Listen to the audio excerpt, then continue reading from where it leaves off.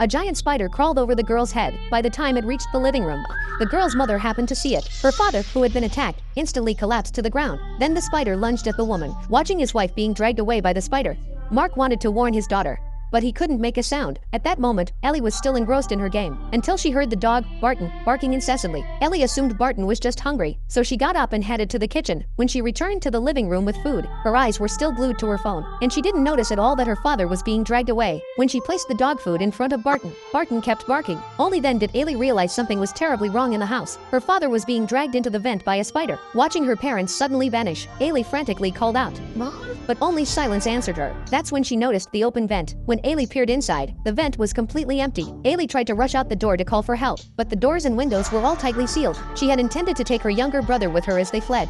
But just then, Elle heard Barton's agonized screams. Eerie sounds also echoed from within the duct. After confirming that Barton had been dragged inside, Elle frantically shouted for help. Unexpectedly, the creature inside seemed to have been provoked and began charging straight toward her. Terrified, Elle hurriedly pushed a cabinet in front of her as the creature kept slamming into it. Ellie backed away in terror. Faced with such a terrifying creature, Ellie cowered in a corner. Little did she know that a giant spider had already appeared behind her. At that moment, Ellie finally felt a chill run down her spine. But when she turned to look, she discovered that her younger brother had also vanished. Ellie realized the monster was responsible. Looking at the open pipe in the room, Ellie rushed over and called out, "Dad!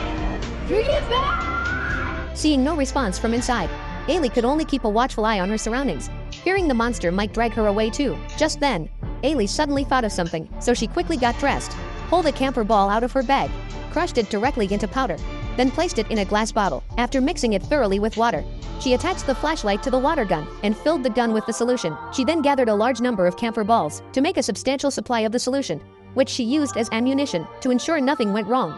She poured a bottle of the solution over her head before setting out. Ellie then moved the cabinet aside, preparing to embark on the journey to save her family. After marking the wall, she immediately crawled inside. Before she had crawled very far, she saw the dog's body. Although Ellie was terrified, thinking of her younger brother, she mustered her courage and pressed on. Soon she spotted signs of spider webs. It seemed she had found the right place. Mark, who had been entangled in the webs, finally managed to free his right hand. That agonized scream reached Ellie's ears. After pinpointing her father's location, Ellie rushed over immediately. She pulled open the garbage chute and, sure enough, saw her father trapped inside. Once she confirmed it was safe, Ellie edged her way toward her father along the edge. "Where's Mom? Where's Liam?"